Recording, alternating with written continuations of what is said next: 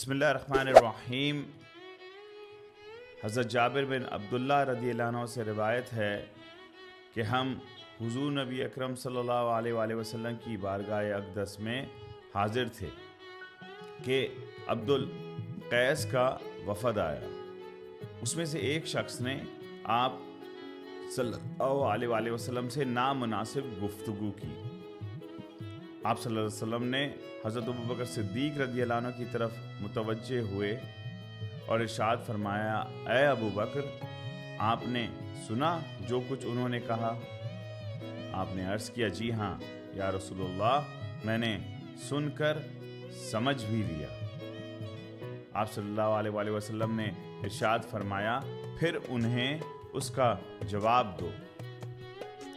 راوی کہتے ہیں کہ حضرت ابوبکر صدیق رضی اللہ عنہ نے انہیں نہایت ہی عمدہ جواب دیا۔ پھر رسول اللہ صلی اللہ علیہ وآلہ وسلم نے فرمایا، اے ابوبکر، اللہ رب العزت نے تمہیں رضوان اکبر عطا فرمائی ہے۔ لوگوں میں سے کسی نے بارگاہ نبوت میں عرض کیا، یا رسول اللہ، رضوان اکبر کیا ہے؟ آپ علیہ السلام نے ارشاد فرمایا، اللہ رب العزت آخرت میں اپنے بندوں کی عمومی تجلی فرمائے گا اور ابو بکر کے لیے خصوصی تجلی فرمائے گا۔ اس حدیث کو حاکم نے المستدرک میں، ابو نعیم نے حلیۃ الاولیاء میں، عبداللہ بن محمد نے طبقات المحمد سین با سبحان میں، محب تبری نے الریاض النظرہ میں لایا ہے، اور حضور سیدی شیخ الاسلام نے اسے ابو بکر صدیق رضی اللہ عنہ کے مناقب میں پیش کیا ہے۔ اب آئیے حدیث سے حاصل ہونے والے چند نکات کی طرف چلتے ہیں۔ راوی اس حدیث کے حضرت جابر بن عبداللہ ہیں۔ اپنا اور اپنے ساتھیوں کے رسول پاک صلی اللہ علیہ وسلم کی خدمت میں بیٹھنے کا واقعہ بیان کر رہے ہیں۔ 9 ہجری عام الوفود کہلاتا ہے، کیونکہ 8 ہجری میں مکہ فتح ہو گیا تو اتنے سارے جو قبیلے تھے ان سب کو یہ پتہ چل گیا کہ یہ جو مسلمان ہیں یہ ایک ابھرتی ہوئی قوت ہے اور انہیں اب اگنور نہیں کیا جا سکتا۔ ان کے ساتھ مل کر کچھ اگریمنٹ، کمپرومائز یا کچھ راستہ نکالا جائے۔ تو وفود جو آتے تھے وہ اپنی شانوں کو اونچا اونچا کرتے تھے، شاعروں کو لاتے تھے اور اپنی شان بیان کرتے تھے اور دوسروں کی شان میں تانا زنی کرتے تھے۔ اس کو ہجو کہتے ہیں۔ آج بھی آپ فیملیز میں دیکھیے گا اور ڈیفرنٹ طبقے میں دیکھیے گا کہ وہ اپنی شان ہی بیان کرتے ہیں پچھلوں کی، خود کچھ ہو یا نہ ہو، عمل میں پچھلوں نے کچھ چھوڑا یا نہ ہو، وہ اپنی ہی بڑائی بیان کرتے ہیں۔ یہ کافر مکہ کا آپ سمجھ لیجئے کہ وہ جو ہے وہ سوچ ہے۔ شان جو ہے وہ اللہ اور اس کے رسول کا ہے، دین کی خدمت کا ہے، یہ شان بیان کرنے والی ہے۔ باقی ساری چیز جو ہے وہ لغو ہے۔ وفود اپنے شیان کے ساتھ ایگزیجریشن کرتے تھے، بڑائی مارتے تھے اور کہتے تھے کہ ہم یہ ہیں اور یہ ہم وہ ہیں۔ یہ قبیلوں کا ایک رواج تھا۔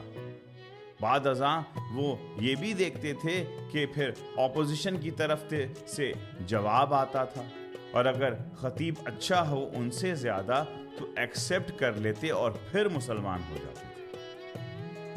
تو آقا علیہ السلام کی بارگاہ اقدس میں حاضر تھے اور عبد القیس کا وفد آیا۔ اس میں سے ایک شخص نے آپ علیہ السلام سے نامناسب گفتگو کی۔ یاد رکھیں، حق پر جب اٹیک ہو تو جواب دینا یہ سنت خدا ہے اور سنت مصطفیٰ بھی ہے۔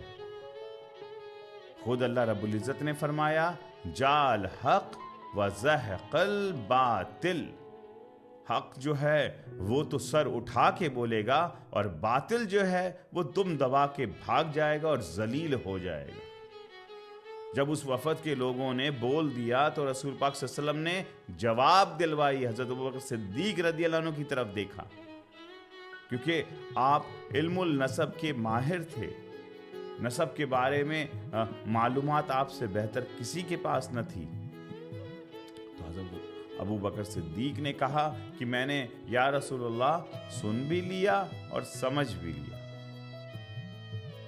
ٹیلنٹ دینے والے کی ذمہ داری ہے کہ وہ صلاحیت کے حساب سے کام دے تاکہ وہ ٹاسک مکمل بھی ہو جائے اور پائے تکمیل تک پہنچ جائے۔ پھر حضرت ابوبکر صدیق نے اتنی عمدگی کے ساتھ، اتنے ایکسلنٹ طریقے کے ساتھ ان کو جواب دیا کہ وہ خاموش ہو گئے۔ یہ دیکھ کر تاجدار کائنات صلی اللہ علیہ وآلہ وسلم نے فرمایا، اے ابو بکر، اللہ رب العزت نے تمہیں رضوان اکبر عطا فرمایا ہے۔ اب رضوان اکبر کیا ہے؟